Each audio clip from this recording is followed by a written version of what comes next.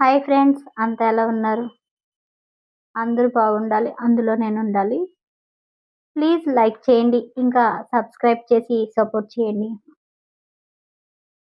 మరుసటి రోజు ఉదయం అవినాష్ మహిని తీసుకుని విజయ్ కుమార్ వర్మ ఇంటికి వెళ్తాడు. ఆ ఇల్లు చూసిన క్షణంలో మహి ఆశ్చర్యపోతుంది. అది కేవలం పెద్ద ఇల్లు కాదు, ప్రేమతో నిండిన ఒక కుటుంబం. గేటు దగ్గర నుంచి నవ్వులు వినిపిస్తాయి. ఇంట్లో ప్రతి ఒక్కరి ముఖంలో ఆప్యాయత కనిపిస్తుంది. చాలా రోజుల తర్వాత మహి గుండెలో ఒక తెలియని ప్రశాంతత మొదలవుతుంది. ఎందుకంటే ఆ ఇంటికి ఒక ప్రత్యేకమైన ఆత్మీయత ఉంటుంది.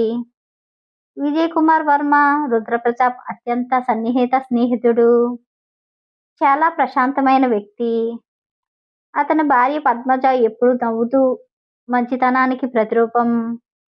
ఇంటికి వచ్చిన ప్రతి ఒక్కరిని తన మనిషిలా చూసుకుంటుంది. వాళ్ళ కొడుకు వినయ్ చాలా సరదాగా ఉండే యువకుడు. వాళ్ళ కూతురు సిరి అందర్నీ నవ్వించే చిలిపి అమ్మాయి.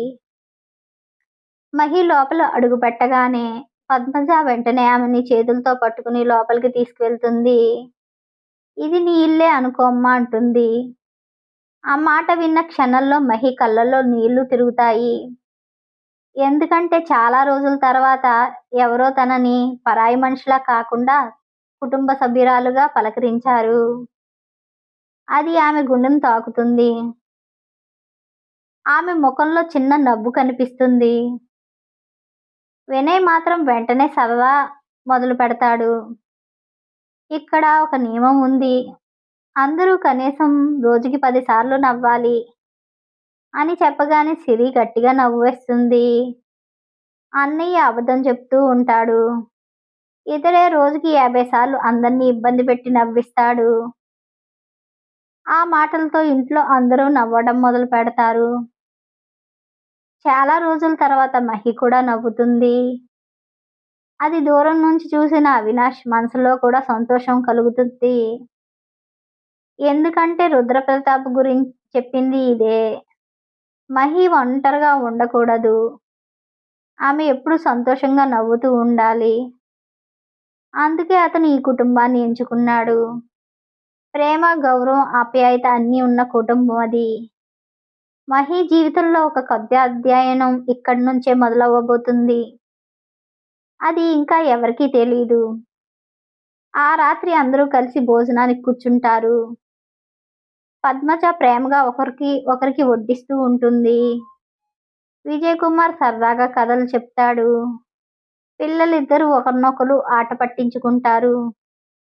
ఆ ఇంట్లో నవ్వులు, మాటలు సరదాగా ఉంటుంది. చాలా రోజుల తర్వాత మహికి ప్రశాంతత లభిస్తుంది. కానీ ఒక్కసారి ఆమె చూపు మారిపోతుంది. ఎందుకంటే అదే డైనింగ్ టేబుల్ చూసిన క్షణంలో తన పాత జ్ఞాపకాలు ఒక్కొక్కటి గుర్తుకు రావడం మొదలవుతుంది.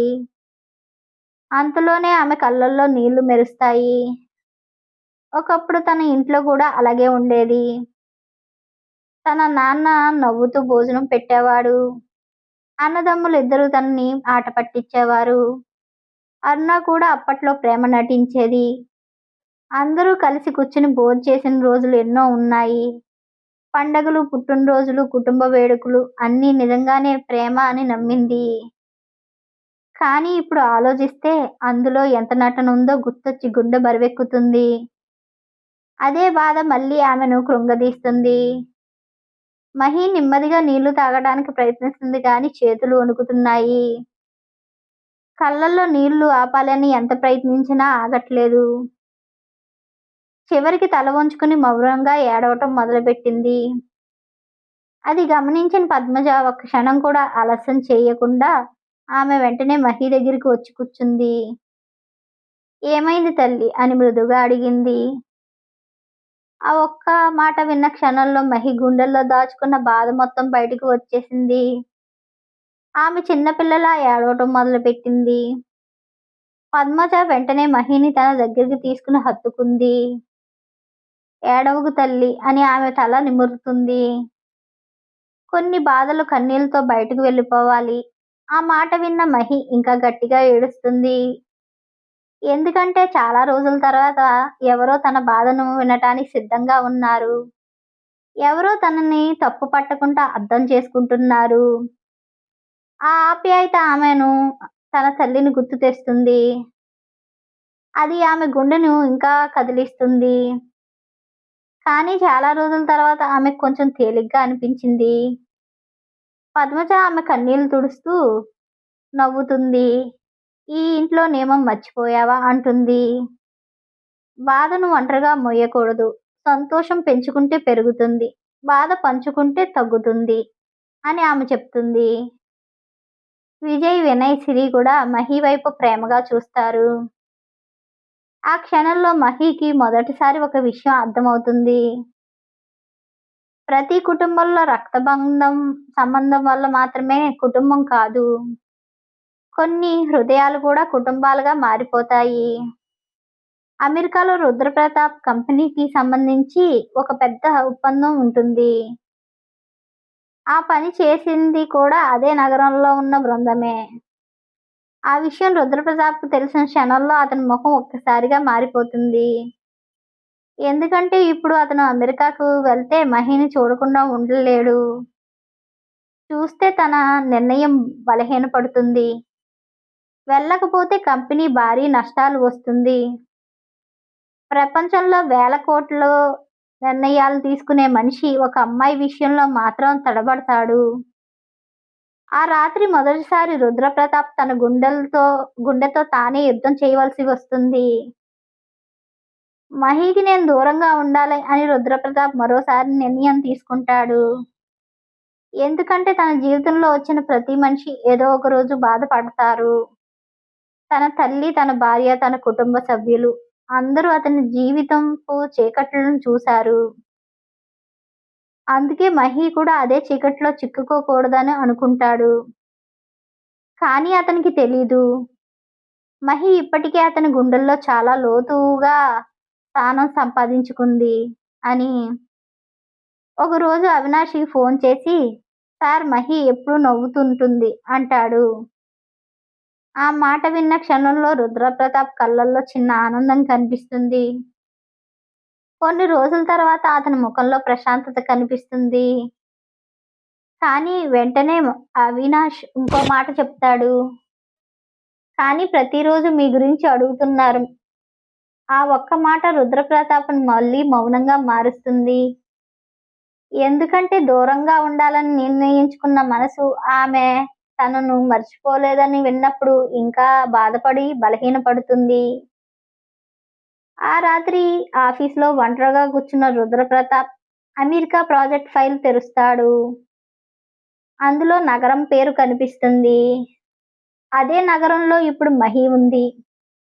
కొన్ని క్షణాలు అతను ఆ ఫైల్ వైపు చూస్తూ ఉంటాడు. నెమ్మదిగా దాన్ని మూసేస్తాడు. ఈ పని ఇంకెవరైనా చేస్తారు అని చెప్తాడు. ఎందుకంటే ప్రపంచంలో ఏ శత్రువునైనా ఎదుర్కోగలిగిన రుద్రప్రతాప్ మహిని మళ్ళీ చూసే ధైర్యం మాత్రం చేయలేకపోతున్నాడు. అమెరికాలో మహి, భారతదేశంలో రుద్రప్రతాప్ ఇద్దరు ఒకరి గురించి ఒకరు ఆలోచిస్తున్నారు. ఇంకో పక్క దేవరాజ్ వర్మ డబ్బు కొత్త కాదు అతనికి. అధికారం కూడా కొత్త కాదు. ప్రభావం కూడా కొత్త కాదు. కానీ అతని గుండెల్లో సంవత్సరాలుగా మండుతున్న ఒక కోరిక మాత్రం ఇంకా నెరవేరలేదు. ఈ వ్యాపార ప్రపంచంలో ఒక రారాజుగా ఉండాలనేది అతని కోరిక. కానీ అతని దారిలో ఎప్పుడూ ఒక మనిషి అడ్డంగా నిలబడుతున్నాడు. అతనే రుద్రప్రతాప్. అందుకే ఇప్పుడు దేవరాజు లక్ష్యం డబ్బు కాదు, పదవి కాదు, రుద్రప్రతాప్ సామ్రాజ్యాన్ని కూల్చడం.